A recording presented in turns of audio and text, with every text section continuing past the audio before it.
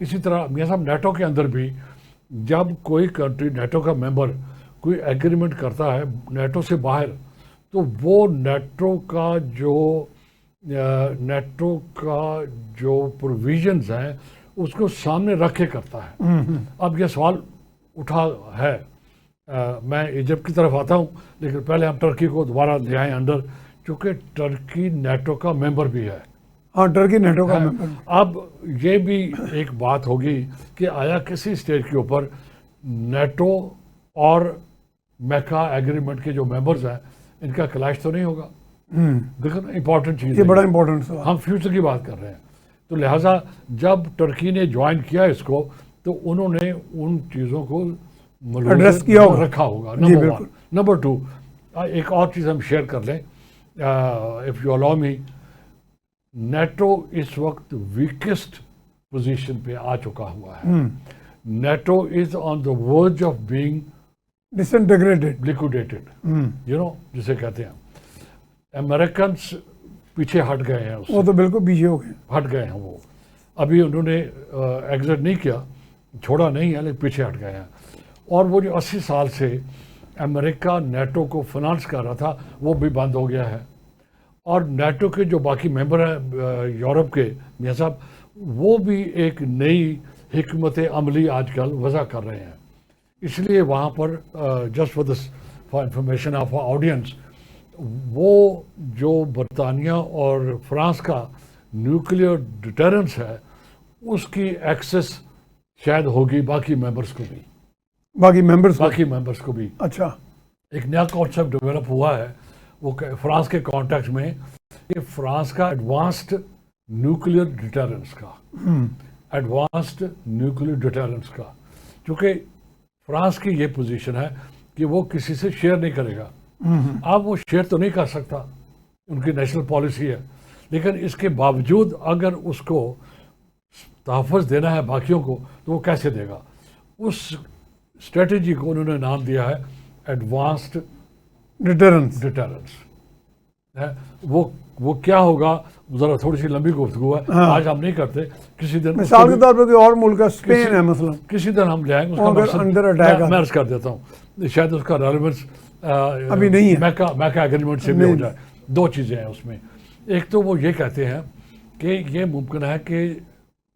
جو nuclear weapons ہیں France کے وہ فرانس کے اپنے کسٹڈی میں رہیں گے,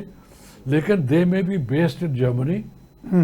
دے may be stored in XYZ country, لیکن ان کی کسٹڈی میں نہیں ہوں گے, ہوسٹ کی کسٹڈی میں. اب جو نیٹو کے ہیں امریکن جو ہیں ان کی ذرا صورتحال اور ہے, یہ وہاں پر اسٹورڈ ہے.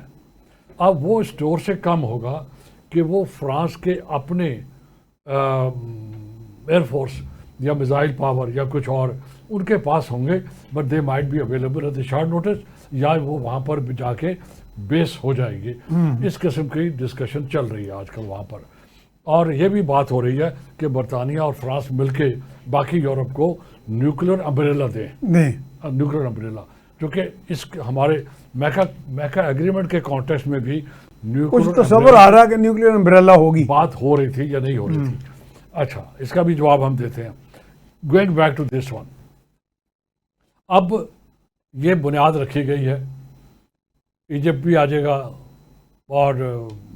قطر بھی آ جائے گا, اور ہماری ایک مدبانہ گزارش ہم کریں گے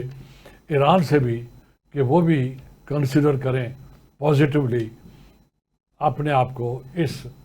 ایگریمنٹ کا حصہ بنائیں, اس ایگریمنٹ کا حصہ بنائیں اور اس کیمپ میں آئیں, اس گروپ کو جوائن کریں, کیونکہ ہم امہ کی بات کر رہے ہیں, ہم مسلمانوں کی بات کر رہے ہیں, تاکہ وہ جو اسرائیل پروپیگنڈا کر رہا ہے کہ شیعہ ایکسس اور سنی ایکسس, یہ اثر بھی زائل ہو جائے, یہ خدشہ بھی ختم ہو جائے, اور اس کا جو فائدہ ہے وہ سارے مسلمانوں کو ہو. کیونکہ اب ایران کی اس لڑائی میں جتنی سنیوں نے سپورٹ کی ہے شاید شیعوں نے بھی نہ کی ہو. آپ نے دیکھا نہیں پاکستان نے, یعنی کہ یہاں سے ایران کو اکنالج کرنا چاہیے نا اس بات. دیکھیں پاکستان نے جس طرح آؤٹ آف دا وے جا کے یعنی کہ یہاں 90% امریکہ کو ان اے وے روکے رکھا. آپ نے دیکھا, تو یہاں دیکھا جائے اگر شیعہ سنی اول تو ہم ایگری نہیں ان چیزوں پہ سر ڈویژنس پہ یہ believe ہے نہیں، ہاں یہ لیکن artificial اگر ہے۔ یہ بات کی بھی جائے تو سنیوں نے تو زیادہ سپورٹ کیا ایران کو۔ اسلام از اسلام، ہاں بس ٹھیک ہے، ہاں